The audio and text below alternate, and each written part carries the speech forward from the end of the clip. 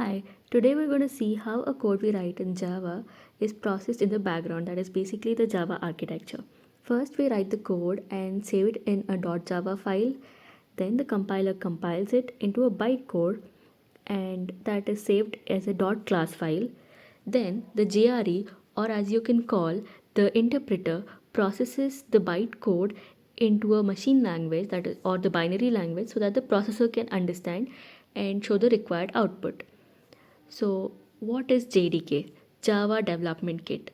It consists of a compiler, JRE or interpreter, and plus some other development tools. The JRE is a Java runtime environment which is platform dependent. So, we call Java as a platform independent language. Remember that. And the bytecode, which is created on compilation of the code, is platform independent and it can be executed at any of the operating system, that is Windows, Linux or Mac. That is why Java is called as platform independent language. So here are the steps which we already checked. The compiler checks the binding, parsing, syntax and everything and then converts it into a bytecode. Then the JRE comes into picture, which converts the bytecode into machine level language.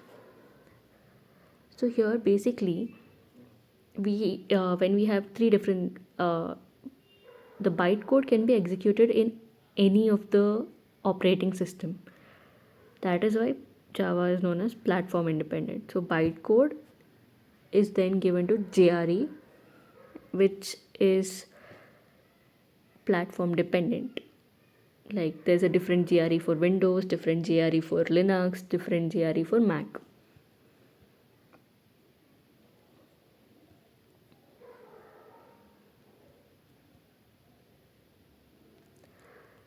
So, what is the job of a compiler? The compiler checks the whole code for errors. It is not executed line by line, it checks the whole file at once.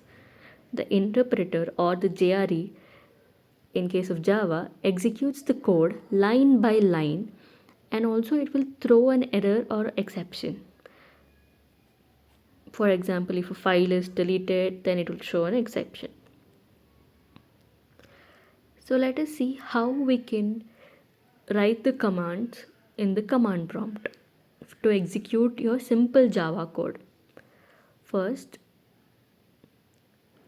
javac your file name .java. This is the code for compiling the Java code which you have written.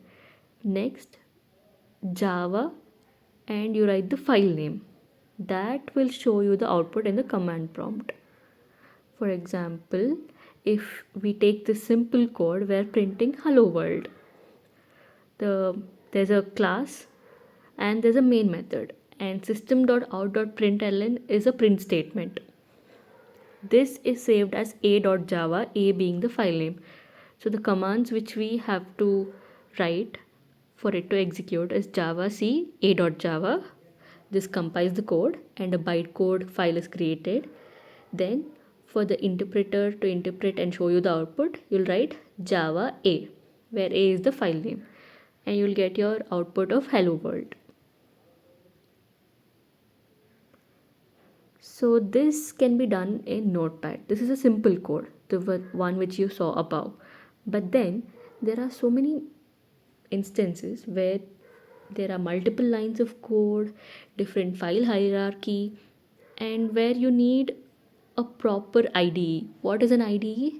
Integrated Development Environment, which gives you a proper file system, syntaxes, and some shortcuts which will help you when you're working on a huge project. So these are the IDEs which are usually used, and Eclipse is the one which is generally used for Java. As you can see, Notepad, Edit Plus, NetBeans, Visual Code Studio, IntelliJ, Eclipse. These are the different types of IDE, and you can pick any one out of it. And it is easier. You need not write javac and file name and then Java and the file name to compile it. Only on click of a single button, the code will be compiled, interpreted, and you'll be shown your output in a more nicer way, in a pretty format. That is why IDEs are used.